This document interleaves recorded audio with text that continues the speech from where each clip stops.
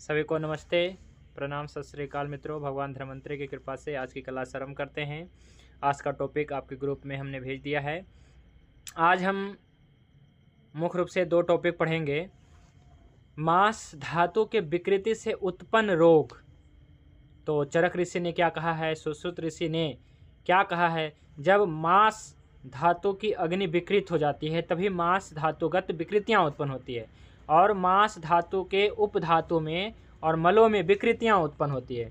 तो मांस धातु के बारे में आज हम लोग पढ़ेंगे, यानी कि मांस धातु के विकृत से उत्पन्न जितने भी रोग हैं। यहाँ पे हमने वैसे तो 13 अष्टांग सुश्रुत संहिता में 13 प्रमुख रोगों के वर्णन किया गया है।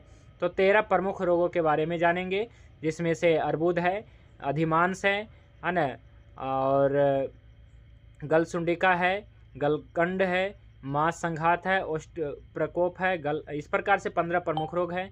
तो ये क्यों होता है, तो इसका कारण क्या है, मांस धातुगत जो अग्नि है मंद हो गई है, तो अग्नि को जगाने के लिए, उस अग्नि को तेज करने के लिए हम मांस पाचक का प्रयोग करेंगे।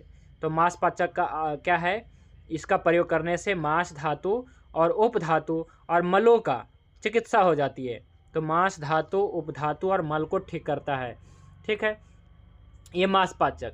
और ये जो है रस पाचक, रक्त पाचक की तरह ही संतर्पण जन व्याधि में उपयोगी है, क्षारधर्मी औषधि है, तिक्त कटु का सारस प्रधान है, दीपा नाम पाचक है, मांस धातु को शुद्ध करेगा, गांठ ट्यूमर में उपयोगी रहेगा, बादी अर्श में भी काम करता है, मोटापा और कर्ण शराब को ठीक करता है। यानी कि मांस पाचक जो है मांस धातु और उपधातु को ठीक करने के लिए अच्छी औषधि है ना। तो इसका जो है निर्माण विधि भी बताएंगे, यानी कि इसका क्या इंग्रेडिएंट हैं ये सभी बताएंगे। ठीक है, तो आज का टॉपिक चलिए यहाँ से शुरू करते हैं। मांस धातु के विकृति से उत्पन्न रोग। तो सबसे पहले पढ़ दीजिए, मांस धातु के दुष्टि होने से कौन कौन से रोग उत्पन्न होते हैं। सुश्रुत संहिता में बताया गया मांस के दुष्टि होने से। यहाँ से पढ़िए।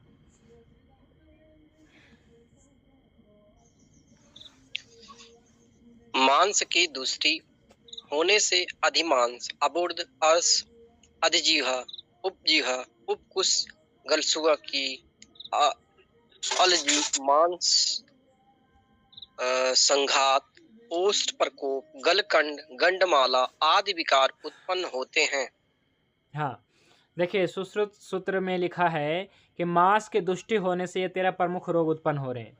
क्या क्या, तो अधिमांस पहला रोग है, अधिमांस, यानी कि मांस के ऊपर मांस के अंकुर निकलना। ऐसे कहीं भी अगर आपके पैरों में भी हो सकते हैं, ज़्यादा पैरों में भी होते हैं, मांस के ऊपर मांस का अंकुर फूट जाना, या फिर आपके और भी कहीं हो सकते हैं, है ना। दांतों के विशेष रूप से जो मसूड़े होते हैं, तो जो सबसे अंत में होते हैं, इसको कहते हैं, ये जो सबसे अंत में निकलते हैं, काफ़ी उम्र के 25 उम्र के बाद निकलता है शायद, ये जो सबसे मसूड़े जो दांत होते हैं, तो उसमें जो कई बार ऐसा तीव्र पीड़ा होता है। तो वहाँ पे क्या होता है कि वहाँ पे शोथ होता है कि जो हनु के जो अंतिम जो 2 दांत हैं, अंतिम दांत होते हैं, उसमें महान शोथ होता है। तो ये जो है अधिमांस ही होता है। देखते होंगे कि वहाँ पे थोड़ा सा सूजन भी आ जाता है। तो यह कफ जन अधिमांस रोग है। तीव्र पीड़ा होती है, बहुत ज़्यादा पीड़ा होती है, और लाला स्राव होता है, और जो मुख से जो है लार वगैरह अधिक निकलता है उस समय। तो ये क्या है, मांस के ऊपर मांस का बढ़ना है। ये इसको अधिमांस, या कई बार पैर में भी ऐसा होता है ना। तो ये अधिमांस का ये उदाहरण है, दांतों का निकलना, है ना, जो अंतिम 2 दांत होते हैं, है ना, उसमें जो है क्या है, मांस के ऊपर मांस ऐसा ही जो है कुछ रहता है।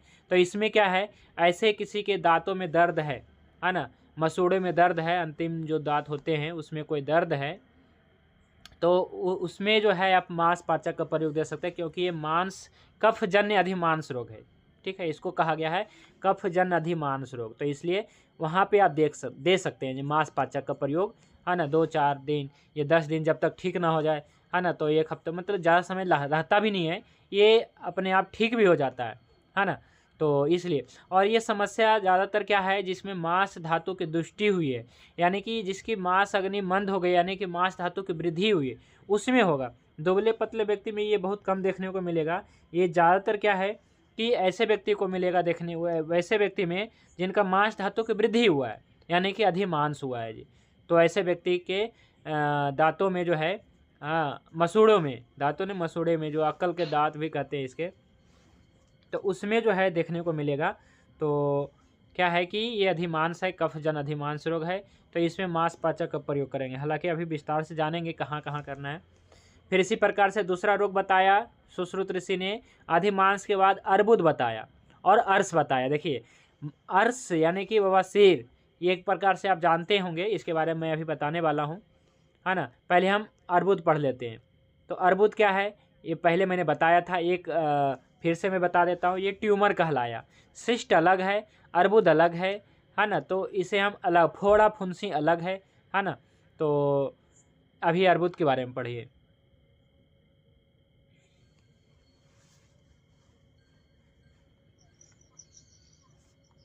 अर्बुद शरीर के किसी भी प्रदेश में वात आदि दोष मांस को दूषित करके गौर, स्थिर, अल्प पीड़ा युक्त, बड़ा गंभीर, धातु में फैला हुआ, कभी भी नहीं पकने वाला और मांस के उपचय से युक्त उत्पन्न करते हैं, जिसे शोफ को अर्बुद कहते हैं।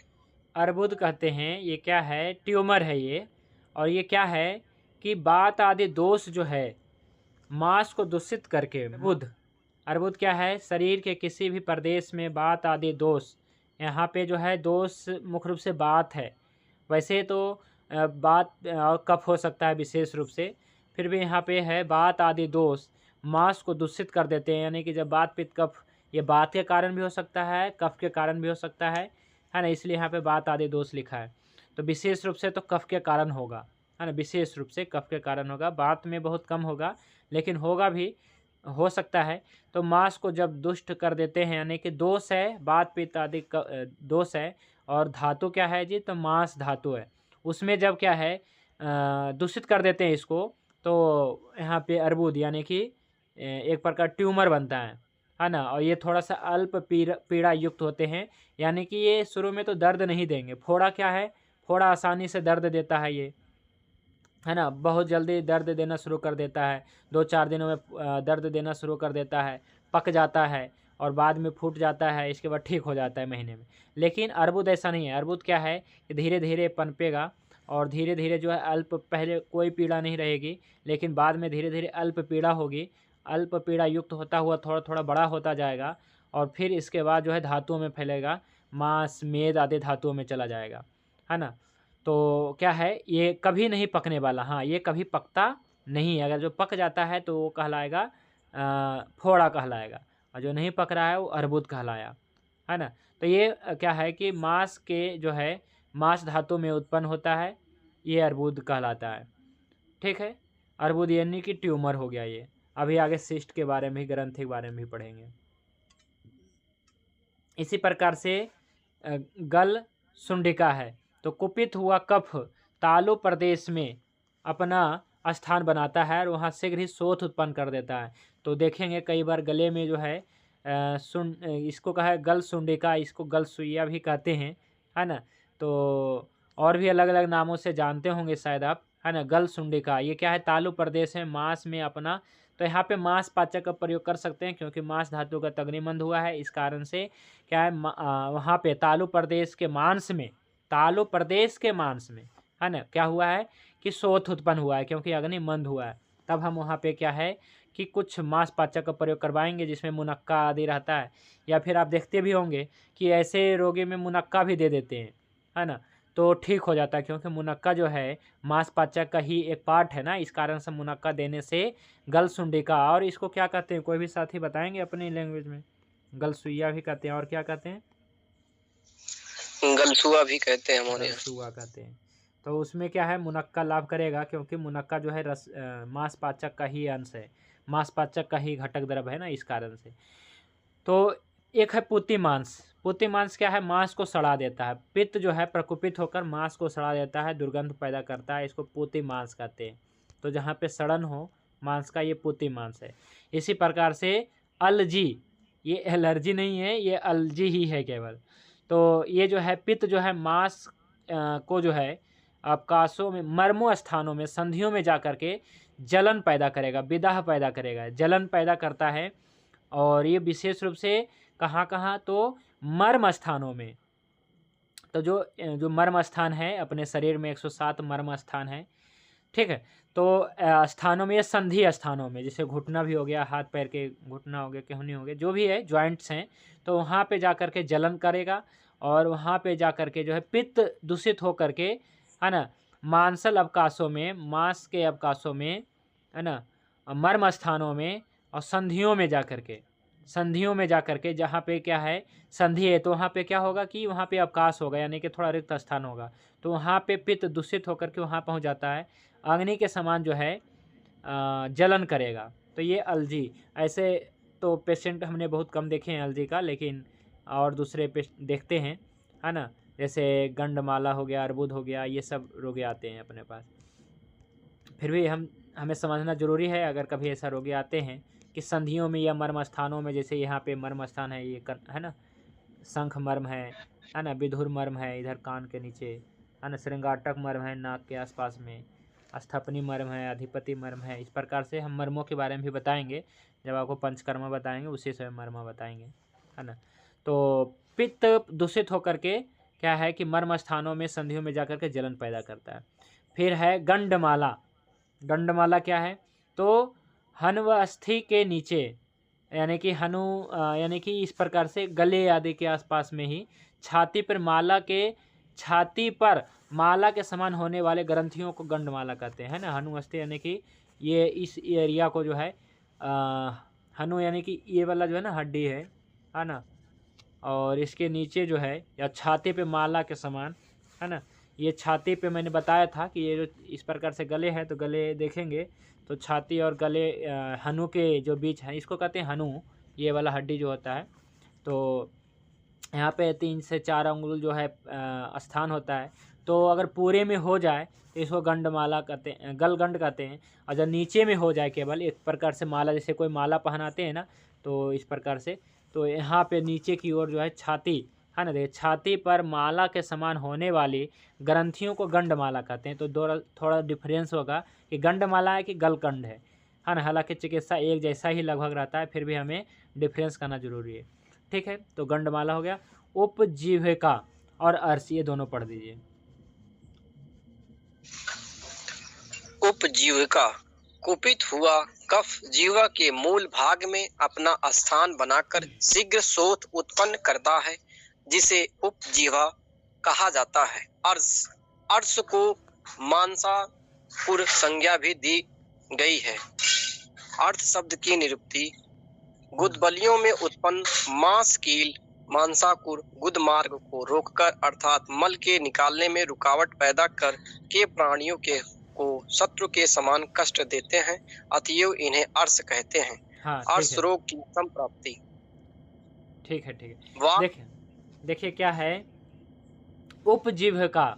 तो पहले जीविका मतलब जीविका के बारे में पढ़ लेते हैं। तो कुपित हुआ कफ जिह्वा के मूल भाग में अपना स्थान बना लेता है, जिह्वा के मूल भाग में, तो वहाँ शीघ्र शोथ उत्पन्न कर देता है। तो ये हो गया उपजीविका। और एक है अधिजीवा, रक्त मिश्रित कफ दुष्टि के कारण जिह्वा मूल के नीचे मांस को दूषित कर अधिजीवा उत्पन्न कर देता है। मतलब जिह्वा से संबंधित ही, क्योंकि ऐसा भी बताया था मैंने, जिह्वा देखिए, जीभ देखिए, तो रक्त मांस आदि के प्रसाद भाग से बना है। जिह्वा की उत्पत्ति मैंने बताया था। तो इसलिए मांस धातु की अग्नि विकृत होने से जिह्वा से संबंधित रोग उत्पन्न हो सकते हैं, जिह्वा से संबंधित, है ना। अधिजिह्वा या फिर उपजीविका, यानी कि कुपित हुआ पित्त या कुपित हुआ रक्त मिश्रित, है ना। इस प्रकार से क्या है, रक्त मिश्रित कफ की दुष्टि के कारण, यानी कि एक बार जो है पित्त दुष्ट होगा, एक बार कफ। तो विशेष रूप से जब कफ होगा तब क्या होगा, शोथ उत्पन्न होगा, है ना। कुपित हुआ कफ जिह्वा के मूल भाग में अपना स्थान बना लेता है, स्थान बनाकर शीघ्र शोथ उत्पन्न करता है। तो कफ है तो शोथ उत्पन्न कर रहा है, पित्त है तो दाह उत्पन्न करेगा, ठीक है। तो रक्त है ना, यहाँ पे आया है ना, रक्त मिश्रित, है ना, रक्त मिश्रित यहाँ पे आया है। तो ये रक्त मिश्रित यानी पित्त को यहाँ पे इंडिकेट करा। तो उपजीविका क्या है कि यहाँ पे शोथ उत्पन्न हो रहा है और नीचे जो है जलन उत्पन्न हो रहा है। तो उपजीविका क्या है कि जीव क्या है, मांस धातु का जो है एक प्रकार से कहिए कि यहाँ पे मांस धातु का जो योगदान है, रक्त धातु और मांस धातु का योगदान होता है जीवा के निर्माण में, तो अपोषण में और जीवा के स्वास्थ्य में। तो इसलिए क्या है कि ऐसा बताया गया है कि जीवा के रोग में किसी के जीवा में विकृति आए तो रक्त धातु और मांस धातु के ऊपर विशेष फोकस करना है, यानी कि उसका पाचक देना है। ठीक है, अगर व्यक्ति की प्रकृति जन्म प्रकृति कब की है और वर्तमान प्रकृति कब की है, तो रक्त और मांस पाचक देनी चाहिए जीवा के रोग में। जैसे टंग में बहुत सारे समस्या हो जाता है, जैसे कई बार ऐसा होता है हाँ, माउथ अल्सर हो जाता है, कैंसर हो जाता है, टंग कैंसर या अल्सर जो भी कहिए, जीवा से संबंधित समस्या, तो ऐसे में जो है आप दे सकते हैं जी रक्तपाचक मांसपाचक, है ना, अगर उसकी प्रकृति कफ की है तो। बात में है तो आपको मैं बताऊंगा क्या देना है ना, या फिर घी के साथ दे सकते हैं कुछ समय, इस रक्त और मांसपाचक को घी के साथ दिया जा सकता है, ऐसी बात नहीं। तो गंडमाला हो गया, है ना। उपजीविका अर्स, तो अर्स को मानसा अंकुर संज्ञा भी दी गई है। तो अर्स मतलब हम क्या समझें यहाँ पे, तो अर्स यानी कि ये मांस धातु के कारण विकृति कारण अर्स होता है या फिर कुछ और, है ना। तो ऐसा बताया गया है कि अर्स क्या है जी, अर्स यही है ना कि बात आदि दोष गुदबलियों, कान, नासिका आदि अवयवों में त्वचा, मांस तथा मेद को दुष्ट करके विविध आकार वाले जिन मांसांकुरों को पैदा करते हैं उसे अर्स कहते हैं जी। बवासीर के मत्स्य कहते हैं। तो हम यहाँ पे मत्स्य की बात कर रहे हैं, ना कि हम यहाँ पे खूनी बवासीर की बात कर रहे हैं, हम यहाँ पे वादी बवासीर की बात कर रहे हैं। तो क्या होता है, बात आदि दोष जो है दूषित हो जाता है। बात आदि दोष जो है गुदबलियों को कान, नासिका आदि अवयवों में, है ना, कहाँ कहाँ जी, तो गुदबलियों में यानी कि एनस में। तो ज़्यादातर लोग क्या समझते हैं कि जो एनस में है, गुदा मार्ग में है, वही केवल अर्स है। ऐसा नहीं है, मानसा अंकुर कहीं भी हो सकता है ना। जैसे आपके जो है नासिका में भी तो होता है, नाक में भी तो होता है, ठीक है जी। इसी प्रकार से आपके कान में भी होता है, नाक में तो सभी जानते ही हैं, नाक में, है ना, कहते हैं ये हड्डी बढ़ गया, कई बार हड्डी बढ़ता है, कई बार मांस भी बढ़ जाता है। तो त्वचा में मांस तथा मेद को दूषित करके विविध आकार वाले मांसा अंकुरों को पैदा करते हैं, इसे अर्स कहते हैं। तो नासा अर्स कहा गया है, नाक में जो उत्पन्न होता है नासा अर्स कहा गया है ना। तो इस प्रकार से अलग अलग जो है जहाँ जो उत्पन्न होता है ऐसा नाम दिया गया है। तो गुदा मार्ग में जब उत्पन्न होता है तो इसे भी जो है क्या है कि अर्स ही कहा गया है, क्योंकि ये मानसा अंकुर है। पर ये क्या है कि कैसे उत्पन्न होते हैं, तो गुदबलियों में उत्पन्न मांसकील मानसा अंकुर गुदा मार्ग को रोककर, यानी कि जो मार्ग है उसको रोक देता है, अर्थात मल के निकलने में रुकावट पैदा कर प्राणियों को शत्रु के समान कष्ट देते हैं, इन्हें अर्स कहते हैं जी। अर्स मतलब क्या है, जो शत्रु के समान कष्ट दे, इसे अर्स कहते हैं। तो कहीं भी हो, चाहे नाक में हो चाहे गुदा मार्ग में हो, हमें कष्ट देते हैं, तो इसलिए अर्स है। तो ये क्या है जी, ये जो है बात आदि दोष दूषित हो जाता है जब त्वचा में या मांस में पहुंच जाता है, मांस और मेद को दूषित कर देते हैं, तो विभिन्न आकार वाले मानसा अंकुरों को पैदा करते हैं। कहीं भी कर सकते हैं, गुदा मार्ग में कर सकते हैं, नाक में भी कर सकते हैं। इसका मतलब ये समझिए जी कि किसी को वादी बवासीर है, आप वहाँ पर भी अगर कफज प्रकृति है तो निश्चित रूप से आप उसको जो है मांसपाचक देना है, ठीक है। या फिर किसी के नाक में, है ना, मांस बढ़ जाते हैं, है ना, तो आप वहाँ पर भी मांसपाचक देना है, ठीक है। अगर कफज जन्म प्रकृति है या फिर उसकी जो है वर्तमान प्रकृति है तो दे सकते हैं, है ना। तो मांसपाचक यहाँ भी प्रयोग किया जा सकता है, ठीक है। तो ये अर्स में फिर उपकुश, उपकुश क्या है ये पढ़िए। उपकुश पित्त व रक्त दूषित होकर दंत मूलगत मांस में दाह तथा पाक उत्पन्न करते हैं व दांत को ढीला कर देते हैं, इसे उपकुश कहते हैं। हाँ, तो उपकुश क्या है, पित्त एवं रक्त दूषित होकर के दंत मूलगत यानी कि दांत की जड़ों को जो है मांस में दाह एवं पाक उत्पन्न करते हैं। दाह यानी कि जलन, पाक यानी कि पका देते हैं, है ना, और दांत को ढीला कर देते हैं, इसे उपकुश कहते हैं। आप इसे डेंटल डिजीज आप कह सकते हैं। तो ऐसे किसी को समस्या है, दांतों की समस्या है, जो क्या कहता है, मसूड़े पक गए या दांत पक गए, जलन हो रहा है, दाह हो रहा है, जलन हो रहा है, पक गया है, इसका और आपको जो है उसके जन्म प्रकृति पित्त की लग रही है जी, है ना, तब आप वहाँ पे मांस पाचक दे सकते हैं, क्योंकि ये क्या है, दंत मूलगत मांस, मतलब मांस धातुगत अग्निमंद हुआ है और इस कारण से रक्त और पित्त दूषित भी हुआ है। तो यहाँ पे कुछ रक्त पाचक भी दे सकते हैं, है ना। रक्त दूषित हुआ है और यहाँ पे जो है मांस को पित्त मतलब दोष है, पित्त दोष है और मांस दुष्य है। तो यहाँ पे जो है मांस में दाह एवं पाक उत्पन्न करते हैं, दांत को ढीला करते हैं।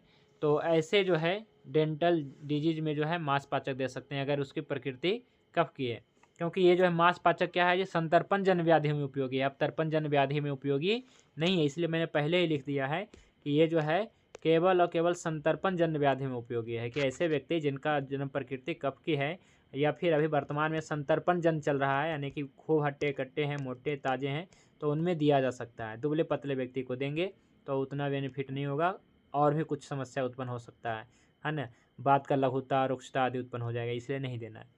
उपकुश हो गया।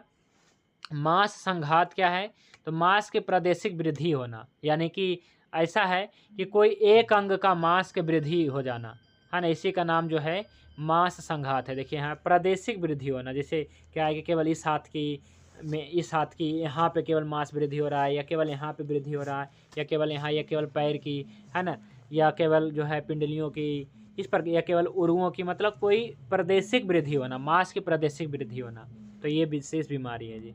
इसी प्रकार से ओष्ठ रोगों में को, है ना, ओष्ठ रोगों में भी, होठ के रोगों में भी, जिसे क्या है कि बहुत प्रकार के जो बीमारी होते हैं, पृथक सन्निपातिक दोष, यानी कि चाहे वातज हो, पित्तज हो, कफज हो या मिश्रित हो, है ना, चाहे यानी वात आदि दोष रक्त मांस मेद को दूषित करके कुल 8 प्रकार के जो है ओष्ठ रोगों को उत्पन्न करते हैं जी, है ना। इसे कहा गया ओष्ठ प्रकोप, यानी कि 8 प्रकार के ओष्ठ रोगों को उत्पन्न करना, है ना। तो ओष्ठ में विशेष रूप से क्या है कि जिसका जो है ओष्ठ से संबंधित ज़्यादा समस्या क्या होगा, तो ज़्यादा क्या है कि होठ वगैरह का जो कलर है ना, काला पड़ जाना, मोटा हो जाना, तो ये जो है आप वहाँ पे मांस पाचक दे सकते हैं। होठ ज़्यादातर क्या है कि काला पड़ जाते हैं, यहाँ पे होठ फटने में नहीं देना है, क्योंकि ये तो बात का रुक्षता के कारण हो रहा है। लेकिन अभी जो है केवल आपको ये इसमें प्रयोग करना है जो आपको समझ में आ गया है। जैसे क्या है कि होठ मोटा हो जाना, होठ का रंग काला पड़ जाना, तो अग्निमंद हुआ, इस कारण से हो रहा, तो ओष्ठ प्रकोप में देना। फिर अब आया है गलगंड, तो यहाँ पे साधारण जो है क्या है, गले में जो है सूजन, ठीक है। तो कफ प्रकोपित होकर गले के बाहरी प्रदेश में स्थित मांस में अपना स्थान बनाकर शोथ उत्पन्न करता है। देखिए यहाँ पे कुछ ऐसा नहीं कहा गया है कि गले के नीचे, गले के ऊपर, यहाँ पे शोथ, है ना, बाहरी प्रदेश में स्थित मांस में अपना स्थान बनाकर शोथ पैदा करता है, इसे गलगंड कहते हैं। अब हम जो है देख लिए हैं कि मांस धातु के विकृति से उत्पन्न जो है 13 प्रमुख रोग हमने पढ़ लिया है, क्योंकि सुश्रुत सूत्र में 13 ही प्रमुख रोग दिया गया है ना। वैसे और भी कुछ हैं, है ना, इसके बारे में बताएंगे, इसका प्रयोग जब पहले अब हम देख लेते हैं कि ये मांस पाचक का निर्माण विधि क्या है, यानी कि इसका घटक द्रव्य क्या है।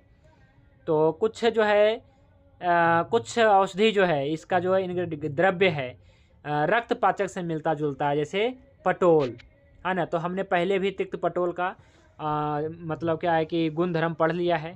तो रस पाचक में, रक्त पाचक में, मांस पाचक में तिक्त पटोल का प्रयोग है जी। तो हमेशा जो है तिक्त पटोल लेना है। अगर शोधन करना है तो, है ना, शोधन करना है तो केवल और केवल तिक्त पटोल लेना है, मधुर पटोल से काम नहीं चलेगा। तो घटक द्रव्य में क्या है जी, तिक्त पटोल है, निम्ब साल है, निम्ब छाल है, तो निम्ब पत्र भी ले सकते हैं या छाल भी ले सकते हैं। मुनक्का है, ठीक है, मुनक्का दाख, आप जानते हैं मुनक्का या दाख को, है ना। इसी प्रकार से मुश्ता, ये रक्त पाचक में भी हमने पढ़ाया इसका गुणधर्म। तो ये क्या है, मुश्ता नागर मोथा आप इसे कह सकते हैं, है ना। कुटज, तो कुटज हमने आपको रस पाचक में पढ़ाया था, पर यहाँ पे कुटज का बीज हमने पढ़ाया था, यहाँ पे कुटज की छाल लेना है जी।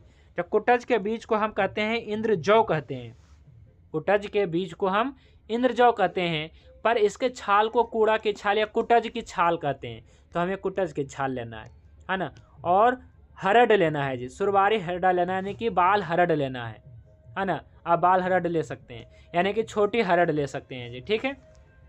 और बहेड़ा लेना है और आंवला लेना है, यानी कि त्रिफला का इसमें योग है, ठीक है। और इसमें जो है लास्ट में औषधि को टिकाऊ बनाने के लिए, योगवाही बनाने के लिए आपको गुग्गुल लेना है, ठीक है। तो अब जो है पूरा आपको मैं दिखा देता हूँ, इसका रस, इसका माभूत, इसका सामान्य गुण, इसका विशेष गुण आप देख लीजिएगा। फिर भी हम पढ़ लेते हैं एक एक करके, है ना, क्या क्या है। तो पटोल के बारे में बताना पड़ेगा क्या? पटोल के बारे में हमें लगता है क्लियर हो गया है। और इसमें जो है क्या क्या गुणधर्म रह गया है, जैसे नींब का मैं पढ़ाऊँगा कल, नींब का गुणधर्म, कुटज का मैंने बता ही रखा है, फिर भी हम कुटज का बता देंगे। और आंवला हरड़ बहेड़ा के बारे में कल टॉपिक रहेगा जी, है ना, आंवला हरड़ बहेड़ा का कि इसका क्या है। फिर भी आज हम शॉर्ट में जो है इसका रस देख लेते हैं जी, ठीक है। तो पटोल का पढ़िए, पटोल और नींब का 2 पढ़ दीजिए। रस, महाभूत, सामान्य गुण, विशेष गुण पढ़िए। पटोल। रस तिक्त कटु, महाभूत आकाश वायु अग्नि, सामान्य गुण उष्ण कफ पित्त शामक, विशेष गुण ज्वर हर सर पाचन। नींब। नींब। रस तिक्त कषाय, महाभूत आकाश वायु, सामान्य गुण शीत लघु रुक्ष, विशेष गुण अहृदय वातवर्धक। देखिए नींब को कहा गया है वातवर्धक जी, तो बात का कौन सा गुण बढ़ाएगा? बात का रुक्ष गुण बढ़ाएगा। क्या बढ़ाएगा जी? बात का रुक्ष गुण बढ़ाएगा, बात का शीत गुण बढ़ाएगा, और कफ का बात का लघु गुण बढ़ाएगा। यानी कि कफ का भी शीत गुण होता है ना, पर ये बात का शीत गुण बढ़ाएगा, बात का लघु गुण बढ़ाएगा, बात का रुक्ष गुण बढ़ाएगा। किसी ने कहा भाई जी ये जो नीम है ना बहुत ज़्यादा गर्म होता है ना, तो आपको गर्म होता है कि ठंडा होता है इसके गुणधर्म से पता चलेगा। जब ये शीत है तो क्या ये गर्म होगा? नहीं। तो नीम की तासीर ठंडा है जी, आप ऐसा समझिए। नीम क्या है? ठंडा है। क्यों है? क्योंकि ये तिक्त है। तो जितने भी तिक्त हैं जैसे गिलोय है ना, और भी जो तिक्त हैं वो लगभग क्या है? ठंडा होते हैं। तो तिक्त रस क्या है? क्योंकि महाभूत क्या है? क्योंकि इसमें महाभूत वायु और आकाश महाभूत होते हैं जी तिक्त में, और इस कारण से आकाश महाभूत सफाई करता है ना। और कषाय है, ये वायु क्या कषाय है, इस कारण से वायु और पृथ्वी महाभूत है, ठीक है। तो इस प्रकार से नींब जो है नीम का छाल हम यहाँ पे लेंगे तो ये तिक्त है और कषाय है जी। तिक्त होने से ये शोधन करता है, और कषाय होने से ये जो है धारण भी करता है। कषाय होने से ये स्तंभन भी करता है जी, कुछ बहते हुए वगैरह, जैसे खून वगैरह बह रहा हो तो, है ना। आप देखते होंगे किसी का जो है तो, क्या होता है कि जख्म वगैरह हो जाता है तो हम इसको देते हैं नीम का, है ना। तो नींब क्या है जी? तिक्त है और कषाय है। महाभूत क्या है जी? तो वायु तो है ही, और इसके साथ में आकाश महाभूत है ना। और शीत है, लघु है, रुक्ष है, इस कारण से ये वातवर्धक है ना। और अहृदय है, हृदय के लिए इतना अच्छा नहीं है। पटोल के बारे में हमने पढ़ लिया है। अब मुनक्का के बारे में पढ़िए।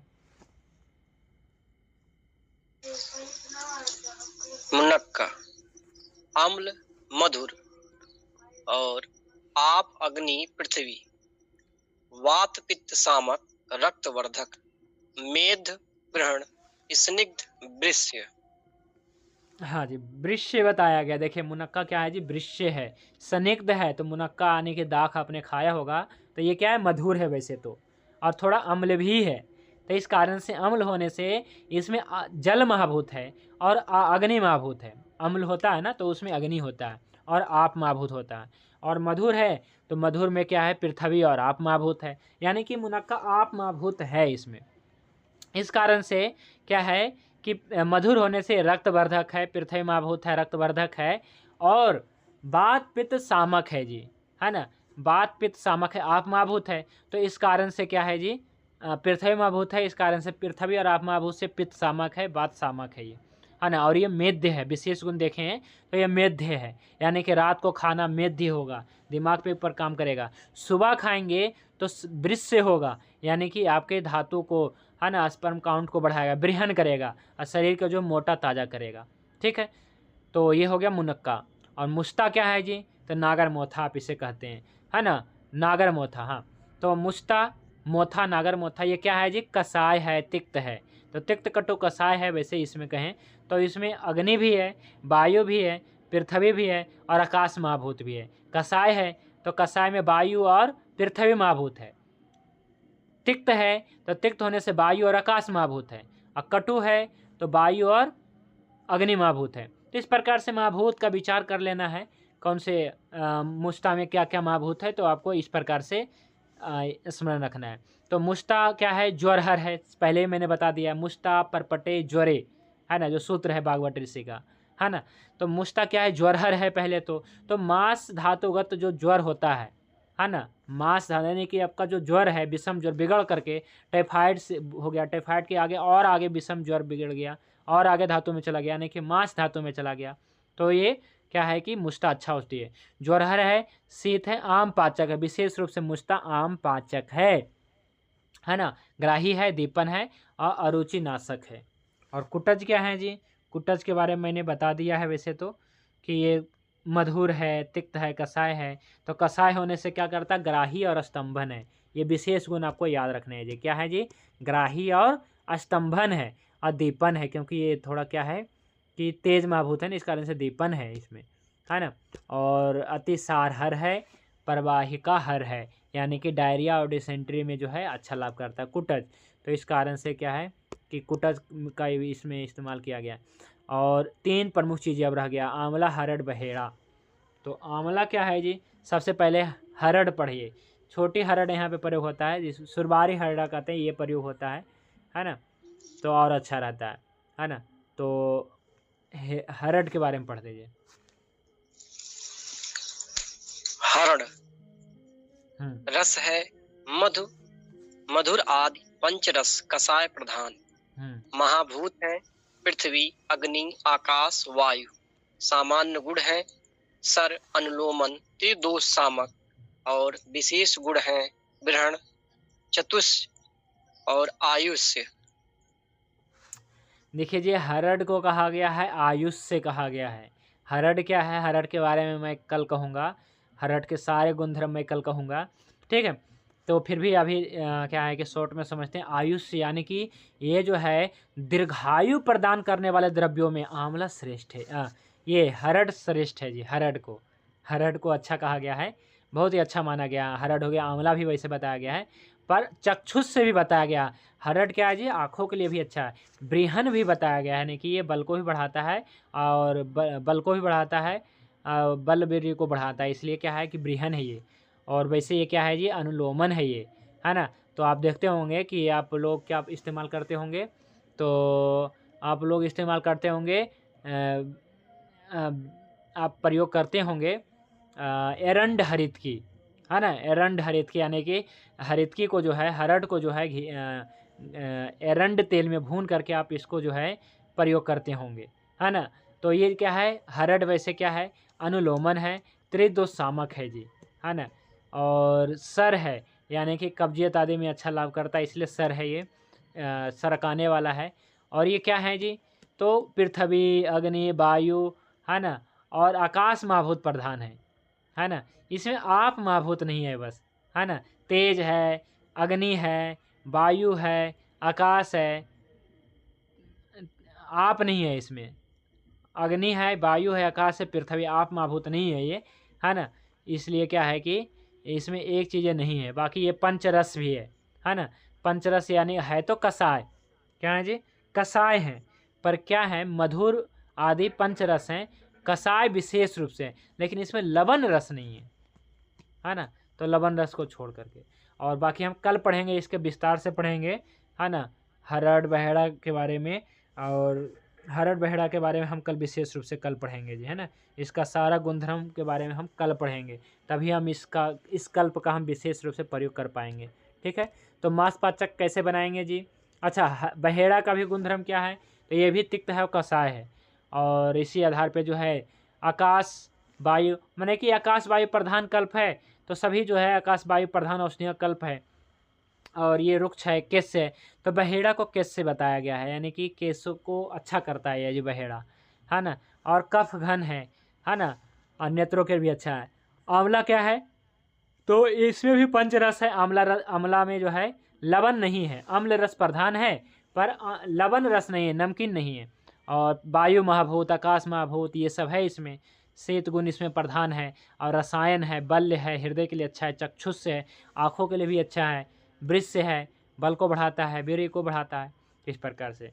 तो अभी आज मैंने जो है एक मतलब क्या है कि बहुत ही संक्षेप में जो है मैं आपको मांसपाचक के घटक, रस, है ना, महाभूत, सामान्य गुण, विशेष गुण बता दिया। अब कल जो है क्या क्या बताऊंगा, तो कल नींब के बारे में बताएंगे, मुनक्का के बारे में बताएंगे, आंवला हरड़ बहेड़ा के बारे में बताएंगे और त्रिफला के बारे में भी बता देंगे। ठीक है जी। तो कल का टॉपिक ये रहेगा। तो अभी हम देख लेते हैं निर्माण विधि क्या है। तो निर्माण विधि वही है जी जो आप रसपाचक बनाने में, रक्तपाचक बनाने में प्रयोग कर रहे थे। कैसे कर रहे थे, तो सबसे पहले क्या है कि जो भी आपको द्रव्य है, घटक द्रव्य, जैसे पटोल है, नींब है, मुनक्का है, मुस्ता है, कुटज है, हरड़ बहेड़ा, आंवला है, कितने घटक द्रव्य होंगे जी? देखिए 1 2 3 4 5 6 7 8 द्रव्य हो गए जी। तो आठों को क्या करना है, बराबर ले लेना है आपको, है ना, बराबर ले लेना है। और इसमें 2 प्रकार के बनता है ना। एक तो क्या है कि सभी को 100-100 ग्राम ले लेना है, और इसमें आंवला हरड़ बहेड़ा को 100-100 ग्राम नहीं लेना है ना। इसमें क्या है कि इसमें त्रिफला को लेना है 100 ग्राम, और आपको 100 ग्राम पटोल लेना है, मुनक्का लेना है, 100 ग्राम जो है नींब लेना है, मुस्ता लेना है, कुटज लेना है। तो इस प्रकार से 100-100 ग्राम लेना है। त्रिफला को 100 ग्राम लेना है ना। तो ये इस प्रकार से लेना है। और एक फार्मूला में क्या होता है कि सब लेना है 100-100 ग्राम। इसमें आंवला, हरड़ बहेड़ा तीनों जो है 100-100 ग्राम है। आंवला भी 100 ग्राम, बहेड़ा भी 100 ग्राम, हरड़ भी 100 ग्राम। तो 2 फार्मूला से लेना है जी। तो कौन ज़्यादा फार्मूला बेहतर है, तो वैसे दोनों बेहतर है अपने अपने स्थान पे। जब क्या है कि कफ बहुत ज़्यादा है तब हम वहाँ पे जो है क्या करते हैं, आंवला हरड़ बहेड़ा को 100-100 ग्राम लेते हैं, तो हम वहाँ पे ये वाला इस्तेमाल करेंगे।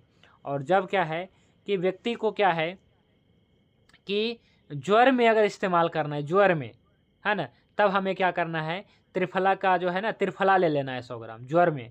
अगर किसी को मांस धातुगत तो ज्वर हो गया ना, तो हम वहाँ पे जो है क्या करेंगे कि आंवला वाला कम लेंगे। ज्वर हो गया तो आंवला वाला कम लेंगे, यानी कि आंवला यानी कि त्रिफला ले लेंगे, हम वहाँ पे त्रिफला लेते हैं। और जब क्या है, ऐसे क्या है कि मांसपाचक का क्या प्रयोग है जी, मोटापा। तो मोटापा को कम करना है, कर्ण शराब को रोकना है ना, और बादी बवासीर को ठीक करना है, गांठ ट्यूमर को ठीक करना है ना। तो इस प्रकार से क्या है कि हमें जो है आंवला हरड़ बहेड़ा को 100-100 ग्राम लेना है। तो 2 फार्मूला में बना सकते हैं, है ना। हर एक औषधि 2 फार्मूला में बन सकता है। जैसे रसपाचक है जी, तो रसपाचक ऐसा नहीं कि पटोल था, इंद्रजौ था, है ना, और कुटकी था, ये तीनों बराबर ले लिए, ऐसा नहीं है। आप तीनों को असामान्य भी ले सकते हैं। अगर किसी को कब्ज है तो कब्ज है ना, तो उसमें जो है कुटकी ज़्यादा लेना है। अगर किसी को दस्त है तो उसमें कुटज ज़्यादा लेना था। तो अपना जो है वैद्य क्या करता है, अपना जो है दिमाग से काम करता है। तो इसी प्रकार से अपना अपना फार्मूला यानी कि सब दवाई सब बना करके रखी रहनी चाहिए ताकि रोगी के अनुसार हम दे सकें। ठीक है जी।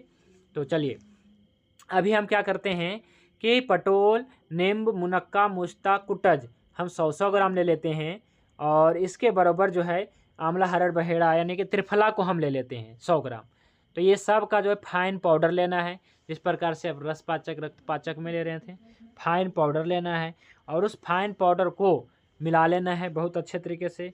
और इसके बाद जो है क्या करना है कि फिर से यही सब लेना है, पटोल, नींब, मुनक्का, मुस्ता, कुटज, त्रिफला, पर इस पर फाइन पाउडर नहीं लेना है, दरदरा लेना है, जिसको हम जौ कुटा कहते हैं। और इसका काढ़ा तैयार करना है 4 लीटर पानी में, और इसके बाद जब काढ़ा तैयार हो तो इसमें डाल देना है, इस फाइन पाउडर में। और फाइन पाउडर में डालेंगे तो क्या होगा जी, ये इस ऐसा हो जाएगा, मतलब घोल सा, मैंने घोल नहीं बना देना है, मतलब उसमें डालते जाएं और इसको खरल भी करते जाए ताकि जो है उसी में समा जाए, है ना। और इसके बाद जो है धूप में सुखा लेनी, इस प्रकार से 2 बार 3 बार कर लेनी है ना।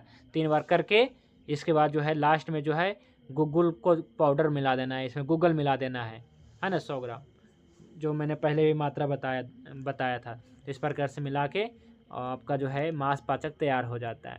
तो रसपाचक, रक्तपाचक की तरह ही मांसपाचक बनता है। आगे सभी पाचक इसी प्रकार से बनेंगे। ठीक है जी। तो आज के लिए बस इतना ही। आज के टॉपिक से रिलेटेड कोई भी साथी का प्रश्न पूछिए जरूर, है ना। मांसपाचक के निर्माण से संबंधित या फिर इसके उपयोग से संबंधित। उपयोग तो वैसे कल से, अभी गुणधर्म मैं नहीं बताया हूँ, अभी कुछ औषधियों का गुणधर्म देखना अभी डिटेल में बाकी है। तो मैं आपको मुनक्का के बारे में, आंवला हरड़ बहेड़ा और बहेड़ा के बारे में कल विस्तार से वर्णन करेंगे, और फिर इसका मांसपाचक का प्रयोग विभिन्न प्रकार के रोगों में कैसे करना है बताएंगे। ये नींब का मतलब नीम होता है नीम, क्या? हाँ, नीम का छाल लेना है, या पत्र भी ले सकते हैं जी। हाँ जी, नीम भी कहते हैं, नीम। चलिए ठीक है, और भी कोई प्रश्न है जी कोई भी साथी का? जी पाटल का मतलब क्या है? पटोल मतलब होता है परवल, कटु परवल, तिक्त परवल। एक ऐसा परवल होता है जो तिक्त होता है, और एक ऐसा परवल होता है जो मीठा होता है, जिसका हम सब्जी बना खाते हैं। पर तिक्त परवल की हम सब्जी बना के नहीं खाते हैं, उसके हम औषधि बना के खाते हैं जी, है ना। तिक्त परवल की सब्जी बना के खा ही नहीं सकते हैं आप, क्योंकि इतना ज़्यादा तिक्त होता है ना। ऐसे आप सभी लोग क्या हैं कि तोरई प्रयोग किए, तोरई खाते होंगे जी, तो कई बार ऐसा होता है जी कि तिक्त निकल जाता है। आपने ऐसा कई बार, है ना, या फिर आपने टिंडा भी खाया होगा तो कई बार तिक्त निकल जाता है जी। तो कुछ ऐसे सब्जियां होती हैं जो क्या है तिक्त निकल जाती है। खास करके तोरई में निकल जाता था, क्या है ना कि गलती से तोरई में क्या है कि जिसे अब ले रहे हैं, अब गलती से कई बार ऐसा होता है कि ये तिक्त हो जाता है, तो सब्जी वाला तो क्या है बस एक देखेगा, इसके बाद तो सब खरीद लेता है, इसी में मिला। पर हम सब्जी जब बनाते हैं तो पूरी जब हम बनाते भी हैं तो हम टेस्ट नहीं करते हैं कि ये तिक्त है क्या है, बना लेते हैं। जब खाते हैं तो मुझे तिक्त पता चलता है। तो जो तिक्त औषधियाँ हैं, इसका विशेष गुणधर्म कहा गया है, ये वायु और आकाश माभूत प्रधान होता है। इस कारण से हमारे शरीर का रक्त का शोधन करता है, हर एक धातु का शोधन करेगा जी, क्योंकि तिक्त है ना, इस कारण से। तो तिक्त तोरई, तिक्त परवल, और भी तिक्त बहुत सारी चीज़ें होती हैं। अब करेला है तो तिक्त रहेगा ही, करेला तो तिक्त है तभी तो करेला है ना। फिर भी और भी आपके जानकारी में कोई ऐसी सब्जी जो तिक्त आती है जी, तो बताइए। बैंगन भी आता है क्या? एक तो ये भी आता है, खीरा भी आता है, तिक्त आता है, कई बार तिक्त निकल जाता है, बहुत ज़्यादा तिक्त होता है। और कौन से सब्जी तिक्त निकलता है जी? तोरी, लौकी, कभी कभी गिलकी भी निकल जाती है। लौकी भी निकल जाता है? लौकी तो झींगा तिक्त होता है। हाँ, बिल्कुल होता है, तोरई होता है, झींगा आप कहते हैं इसे। ठीक है, होता है जी। ठीक है, तो तिक्त। और भी कोई प्रश्न है जी? सर इसमें हर बार पटोली क्यों लिया जा रहा है हर पाचक में? अब देखिए क्या है ऐसा कि पटोल जो है, देखिए तिक्त पटोल इसलिए, अब देखिए आपको प्रश्न तो जायज़ है ना, सही भी है कि पटोल क्यों ले रहे हैं बार बार। लेकिन पटोल हमारा तो नुस्खा है नहीं, हमारा तो फार्मूला है नहीं। ये तो क्या है कि चरक संहिता अष्टांग हृदयम से लिया गया है मांसपाचक ना। तो ये जो क्या है कि ये जो मेडिसिन का वर्णन है, अष्टांग हृदयम चिकित्सा स्थान अध्याय 1 में वर्णन है जी, है ना। ज्वर चिकित्सा स्थान में जब मांस धातुगत अग्नि मंद हो जाता है और मांस धातुगत ज्वर हो जाता है, तो बाघभट्ट और चरक ने कहा है प्रयोग करो। लेकिन इसके अलावा हम और भी जगह प्रयोग करते हैं। मतलब ये क्या है, मांस धातुगत अग्नि को तेज कर रहा है, तो हम कहीं भी प्रयोग कर सकते हैं। ऐसा नहीं कि केवल ज्वर में ही प्रयोग करेंगे, मतलब केवल विषम ज्वर में ही प्रयोग करेंगे, और भी कई स्थानों पर प्रयोग कर सकते हैं। तो क्या क्या में प्रयोग करेंगे हम कल जानेंगे, ठीक है, इस औषधि के गुणधर्मों के आधार पे। तो पटोल ऐसा है जी, तिक्त और कटु होता है, और ये हृदय के लिए हितकर है, ज्वर हर है। मेन क्या है कि ज्वर हर है ना, यानी कि मांस धातुगत जो ज्वर है सालों से होगा, है ना। जब एक बार किसी को ज्वर हो जाता है ना, तो वो क्या है कि ठीक इसको आप दबाते हैं, क्योंकि किसी को तो पता ही नहीं होता है कि ज्वर आया तो कैसे ठीक करें। बस वो जो है आयुर्वेदिक औषधियाँ खा लेते हैं। अगर जो एलोपैथिक खाते हैं तो उनको तो कुछ कहना ही नहीं, पर कुछ लोग आयुर्वेदिक औषधियाँ लेकर के ठीक करते हैं।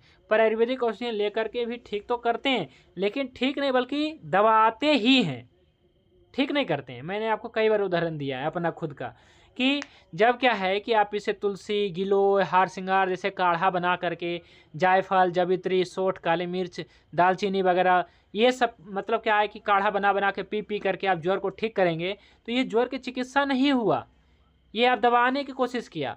तो ज्वर होता है तो सबसे पहले मुस्ता परपटे ज्वरे ही अपनाना पड़ता है, मुस्ता परपट ही देना चाहिए। और ज्वर ठीक हो जाए तो इसके बाद जो है बासा गुलूची आदि कसाई देनी चाहिए, तभी जो है ज्वर का शोधन हो सकता है। और कुछ विरेचन भी लेना चाहिए, यानी कि हल्का पंचकर्म करें, हल्का विरेचन कर्म करें, तभी जो है ज्वर जो है धातुओं में नहीं जाता है। नहीं तो क्या है कि आपके अमाशय से जो है आपके रस में चला गया, रस से रक्त में चला गया, रक्त से रक्त में गया, तभी तो टाइफाइड कहलाया। तो रक्त में गया, मांस में गया, मेद में गया, अस्थि मज्जा शुक्र में गया, हाँ ना। तो रस, रक्त, तो मांस, ये सब तो क्या है, साध्य है। लेकिन अस्थि धातुगत जब ज्वर हो जाता है, यानी कि हड्डी का बुखार आपने सुना होगा जी। तो हड्डी का बुखार क्या है, तो हड्डी के बुखार के बारे में भी पढ़ेंगे, है ना। तो अस्थिगत ज्वर ये कहलाया। तो अस्थिगत ज्वर में क्या होता है, हड्डियों में बुखार होता है, जिसमें पूरे हड्डी में टूटने से पीड़ा होती है ना। और ज्वर बना रहता है, सालों साल चलता है। इसी प्रकार से जो है अस्थि मज्जागत ज्वर हो गया, शुक्रगत ज्वर हो गया, तो ये सब असाध्य होता है ना। ये सब असाध्य, कष्ट साध्य माना जाता है, ठीक नहीं होता। पर रस, रक्त, मांस धातुगत ज्वर ठीक होता है। तो पटोल क्या है, ज्वर हर है। नीम, नीम ज्वर हर नहीं है। मुनक्का भी ज्वर हर नहीं है ना। मुस्ता ज्वर हर है जी। क्या है, मुस्ता ज्वर हर है, इसका जो है सामान्य गुण है। इसी प्रकार से और कौन सा ज्वर हर है, तो और कोई इसमें नहीं है। लेकिन ये जो पूरा कम्बिनेशन मिला करके मांस पाचक बनता है, जो मांस धातु की जो अग्नि है उसको तेज करता है, और क्या है कि मांस धातुगत व्याधियों को ठीक करता है, यानी कि मांस धातु को ठीक करता है, मांस उपधातु को ठीक करता है, और मांस धातु के मलों को ठीक करता है। तो धातु में क्या मैंने बताया, धातु मांस धातु हो गया, और मल क्या है, तो नासिका, कर्ण, जिह्वा का मल हो गया। और उपधातु क्या है, त्वचा और बसा, ये मांस धातु का उपधातु है। त्वचा को अच्छा करेगा और बसा को अच्छा करेगा। तो जिनकी त्वचा में भी दिक्कतें हैं तो रक्त और मांस पाचक ले सकते हैं जी। कुछ समय रक्त पाचक, इसके बाद मांस पाचक लेंगे तो आपके रक्त भी शुद्ध होगा, है ना। और मांस, तो ये किसको लेना है जी, तो जिनकी जन्म प्रकृति कफ की है और जिनकी प्रकृति कफ की है, जन्म प्रकृति और प्रकृति, जिनकी कफ की है वो ले सकते हैं। और जिनकी बात है पित्त है तो थोड़ा दूर रहें इससे, नहीं तो रुखता करेगा। हाँ, अगर रुखता बहुत ज़्यादा नहीं है तो ले सकते हैं, नहीं तो थोड़ा बहुत लेना है तो घी के साथ, ठीक है जी। तो मांस पाचक का विभिन्न प्रयोग हम कल पढ़ेंगे। और कोई प्रश्न है जी? हाँ, आचार्य जी कौन सा नीम है, कड़ा पत्ता नीम है, वो नीम में, माँ नीम में, कड़ा कौन सा साधारण नीम, कौन सी नीम है ये? नीम, इसमें नीम भी आया है तो नीम लेना है, कोई और दूसरा नींब नहीं लेना है। जैसे कौन सा नींब आप कहते हैं, यही नीम तो नीम होता है ना, जैसे निम्बोली आती है, उसी को लेना है, ठीक है। गुरुजी ये दवा निर्माण करने के बाद कितने वक्त तक चलती है ये दवा? अच्छा, आप कितने समय तक यूज कर सकते हैं? हाँ, कर सकते हैं, साल भर कर सकते हैं, क्योंकि इसमें अगर गुग्गुल डाल देते हैं ना तो योगवाही हो जाता है और औषधि को टिकाऊ बन जाता है।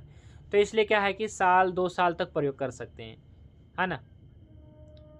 साल 1.5 साल तक प्रयोग कर सकते हैं जी। हमारे पास तो क्या है कि मैं कभी ऐसा नहीं कर सकता हूँ, क्योंकि हमारे पास तो होता ही नहीं है साल भर की कोई भी औषधियाँ, है ना, तुरंत ख़त्म हो जाता है। तो इसलिए क्या है कि हमारे पास तो 6 महीना ज़्यादा चलता ही नहीं है। कोई भी एक चीज़ बन गया है तो 6 महीना भी नहीं चलता है, ख़त्म हो जाता है इससे पहले। फिर भी मैं कह सकता हूँ कि हाँ, ये जो है साल 1.5 साल चल सकता है, अच्छा तरीके से रिजल्ट अच्छा मिलेगा। इसका कोई मतलब क्या है कि क्वालिटी कम नहीं होगा इसका, ठीक है। लेकिन ये दे सकते हैं ये। गुरुजी प्रणाम। जी नमस्ते। गुरुजी, एक तो आपने इसमें जो मुनक्का बोला, इसमें आप महाभूत और पृथ्वी महाभूत है, तो मोटापा वो तो बढ़ाता है, तो मोटापा ठीक कैसे करेगा? एक तो ये मेरा प्रश्न है। दूसरा ये प्रश्न है कि जो आप हमारे को पढ़ा रहे हो ना गुरुजी, तो इसमें बहुत सारे शब्द, बहुत क्लिष्ट शब्द हैं, आम बोलचाल की भाषा में नहीं है। आज 3 महीने हो गए पढ़ते पढ़ते, अभी भी तिक्त कटु कसाय के चक्कर में फंसे हुए हम। जैसे अभी आपने जो जवाब दिया ना कि तोरे भी तिक्त होती है, तो हम तो तोरई को जब खाते तो हमको तो कड़वी लगती है। अब कड़वी तिक्त एक ही एक अलग अलग है, समझ में नहीं आता, तो कंफ्यूज रहता बार बार के अंदर।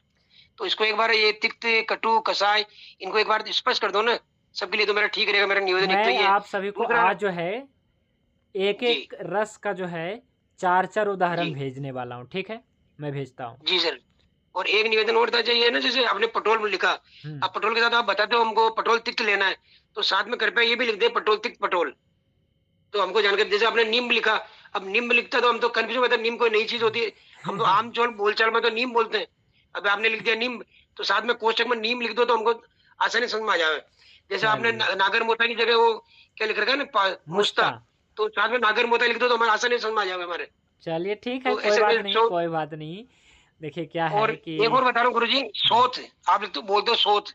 अब अगर सोच का मतलब सूजन है क्या? हाँ, हाँ। अगर सूजन है तो हमको आसानी समझ में आ जाती है, सोच हुँ, हमको समझने में थोड़ा आसानी दिक्कत आती है। मैं तो समझ ये रहा हूँ, आम बोलचाल की भाषा में बोलोगे ना, मैं तो समझ थोड़ा रहा हूँ, आसानी लेकिन रहेगी, ये निवेदन है। मैं समझ रहा हूँ आपका जो है, कुछ-कुछ जो जी, ऐसे चीज़ें आ रही हैं, पर इसमें क्या है कि हमने क्या कर रखा है कि जैसे ये है चीज़ें, है ना? तो जी, बना हमें सिलेबस बनाने में जैसे आसान होता है ना, बनवाने में, मैं जी, ऐसा जी, बनवा लेता हूँ। और इस कारण जी, देखिए, आप थोड़ा क्या है कि अभी आयुर्वेद को शुरू किए हैं ना, तो शोथ मतलब ये सब, लेकिन जो वैद्य हैं ना, उनको बहुत आसान होता है। पर कोई बात नहीं, हम जी, कोशिश करेंगे। जैसे हम हमारी जो लिखवाया हुआ है, तो हम उसमें क्या जी, करते जी, हैं कि हमारा एकदम साफ-साफ मतलब कि अपनी भाषा में प्रयोग करते हैं। लेकिन जो पहले से ही लिखा हुआ है ना? विभिन्न प्रकार जी, के जी, ग्रंथों से रेफ़रेंस जो लेते हैं ना, तब उसमें हम चेंज जी। नहीं कर पाते हैं। जैसे क्या है कि ये जो है, तो ये कोई ग्रंथ से जो है हमने रेफ़रेंस लिया है ना? नहीं इस गुरुजी, चेंज नहीं करना, कोष्टक में नाम लिखना, चेंज नहीं करना, अच्छा उसको चलिए। आगे कोष्टक में हाँ, नाम लिख हाँ। देना बस। समझ गया, जी, समझ गया। हाँ, लिखवाया जा सकता है जी, कोई बात नहीं, ठीक है। जी। धन्यवाद और भी गुरुजी। साथी का हैंड रेज़ है, वैद्य मुकेश वो कुमार जी। मुनक्का का जवाब नहीं दिया गुरुजी आपने। अच्छा, देते हैं जी। हाँ जी, मैं सर करना चाह रहा हूँ, थोड़ा टाइम लगेगा सर को सीखने में, ठीक है ना? तिक्त कटु नहीं, सीखने में समय लगता है। सीखने में लिए तो बैठे, तो आपकी इस क्लास इसलिए तो ले रहे हैं। हाँ जी, क्योंकि घर में कुछ और बोलते हैं और आयुर्वेद में कुछ और है, और इसी में कन्फ्यूजन निकल जाता है, 4-5 साल लग जाते हैं नहीं, उसमें सीखने में। वो नहीं, बात कोई बात बात नहीं, सही है आपकी। कन्फ्यूज़न नहीं होगा। मैं हमारे मन में प्रश्न आएगा ना, तो गुरुजी से पूछेंगे, गुरुजी उसका जवाब देंगे और हमको सिखाएंगे। चलिए देखिए, बिल्कुल, ऐसा बिल्कुल। है, ये देखिए कोई कन्फ्यूज़न नहीं, मैं अभी क्लास खत्म होता है, मैं एक-एक रसों का जो है 4-4 उदाहरण भेज दूँगा, मतलब कि कौन-सी औषधियाँ कैसी कहलाती है, ठीक है? तो फिर और भी मान लीजिए कि आपको नींब नहीं पता चल रहा है, तो आपको पता चल जाएगा कि हाँ, और भी आपको औषधियाँ जो है ना? ऐसी औषधियों को आप परिचय होंगे तो आपको हो जाएगा क्लियर, ठीक है? तो हो जी, जाएगा, ठीक है? अभी मैं जी, उदाहरण में भेज देता हूँ, 4-4, 5-5 औषधियों का उदाहरण एक-एक रस का। और रस अभी पढ़ाया नहीं है तो कन्फ्यूज़न तो होगा ही। सही बोला आपने, है ना? समय तो लगता है, कोई बात नहीं जी। जी। गौतम जैन जी, अशोक कुमार जी, आपका क्या है प्रश्न? सर जी, जी। गुरुदेव, जी, जी। गुरुदेव मैं ये कहना चाहता हूँ हुँ। कि इसकी जो मात्रा नहीं लिखी है इसका मतलब समान मात्रा समझे। हाँ, समान मात्रा ही लेना है जी। वैसे क्या है, नहीं लिख पाया है तो कोई बात नहीं, मैं लिखवा दूँगा, है ना? और वैसे 2-200 ग्राम या 100-100 ग्राम जो भी लेना है, जैसे हमने रस पाचक बनाया था ना, तो रस पाचक, रक्त पाचक अगर क्लियर है जी, तो मांस पाचक भी बना लेंगे, है ना? आगे सभी पाचक बना लेंगे। ठीक है जी? और गुरुजी मैं भी एक आपने और जो ऐसा मात्रा बताया ना दवाई में, आयुर्वेद में ऐसा कहा गया है कि मतलब जिस चीज की मात्रा नहीं दी जाती उसको समान मात्रा समझी जाए। हाँ जी, बिल्कुल। समान मात्रा ही लेना है। चलिए, ठीक है, अभी देखिए एक मुनक्का का गुणधर्म देखिए आ गया है। मुनक्का के बारे में मैं कल कहूँ क्योंकि समय हो गया है ना? हाँ कोई दिक्कत नहीं गुरुजी, कल बताना। 250 mg में किला मास पाँच की डोज, 250 mg मास पाँच की डोज 250 mg है। हाँ, हाँ, 250 एमजी ही देना है। अभी मैं कल बताऊँगा इसके बारे में, ठीक है? तो मांस पाचक की जो गुरुजी है, आपने अभी जो आपने दवाई बनाना बताया ना, हाँ, उसके अंदर आपने जो कुट्टा की मात्रा आधी नहीं बोली, केवल यही बोल दिया कि जो कुट्टा लेना है अपने को, हाँ, आधी मात्रा मात्रा आधी ही नहीं बोले लेना है, आधी बाकी। मात्रा ही लेना है। देखिए यहाँ पे जी लिखा है, जी जी जी ये थोड़ा-सा पढ़ें, तो इसमें लिखा हुआ है जी कि उपयुक्त मात्रा जी की आधी औषधि जौकुटा लेकर के, यानी कि ये सभी का फाइन जी पाउडर जी लेना है, बराबर लेना है, और इसके जी जौकुटा लेना गुरुजी, है, वो लेना है आधी मात्रा में, है ना? सभी जी 50-50 गुरुजी, ग्राम ले लिया, और इसका जी जौकुटा करके इसमें डाल करके अपना भावना, इसको कहते हैं भावना देना, 3 भावना देनी है। इस प्रकार से आपका ये योग मांस पाचक तैयार हो जाएगा। अब हम जानेंगे, इसका बनाने की विधि देख लिया है, तो सबसे पहले जो है इसका एक-एक औषधियों का गुणधर्म देख लेंगे। इसमें मुनक्का के बारे में कल कवर करेंगे, और आंवला, हरड़, बहेड़ा के बारे में कल पढ़ेंगे, है ना? त्रिफला के बारे में भी पढ़ेंगे। इसी से हम मांस पाचक का जो है प्रयोग विभिन्न प्रकार के रोगों में करेंगे। जैसे हम कल करने वाले हैं कर्ण शराब में, कि बहते हुए कान को कैसे रोकें। बहुत सारे कन्फ्यूजन रहता होगा कि कान के रोग में क्या दें, तो कर्ण शराब में मांस पाचक दे करके देखिए, फिर आपको रिजल्ट मिलेगा। फिर मोटापा में कौन सी औषधि दें, तो इसमें मांस पाचक दे सकते हैं। बादी बवासीर में आप मांस पाचक दे सकते हैं, है ना? ट्यूमर और सिस्ट में दे सकते हैं, है ना? गलगंड और गंडमाला में दे सकते हैं, है ना? और इसके बाद जो है मांस धातु को शुद्ध करता है। तो इस प्रकार से संतर्पण जन्य व्याधि यानी कि मोटापा को ठीक करता है और मांसगत ज्वर विषम ज्वर में उपयोगी है। तो इसके पहले गुणधर्म देख लेंगे एक एक औषधि का। इसके बाद जो है हम जो है मांसपाचक का जो प्रयोग विभिन्न प्रकार के रोगों में हम करेंगे। ठीक है, मात्रा वही रहता है, लगभग 250 mg रहता है। खाली पेट भी देते हैं, खाने के बाद भी देते हैं। अपान काल में बहुत कम देते हैं, वैसे तो खाने के बाद ही दिया जाता है ज़्यादातर औषधियाँ, क्योंकि ये जो संपूर्ण शरीर में काम करवाना है ना, इसलिए तो ये होता है। तो आज के लिए बस इतना ही। ठीक है, कल हम पढ़ेंगे मुनक्का, आंवला, हरड़, बहेड़ा का गुणधर्म जी। ठीक है, और मांसपाचक का प्रयोग। तो शांति पाठ करके आज की क्लास को विराम देते हैं। ओम ध्यो शांति अंतरिक्षम शांति पृथिवी शांति आपः शांति औषधयः शांति वनस्पतयः शांति विश्वदेवः शांति ब्रह्म शांति सर्वं शांति शांतिरेव शांति सामा शांतिरेधि। ओम शांति शांति शांति। सभी को नमस्ते, शुभ रात्रि। भगवान धन्वंतरि की कृपा आप सभी पे बने रहे। जय धन्वंतरि, जय आयुर्वेद।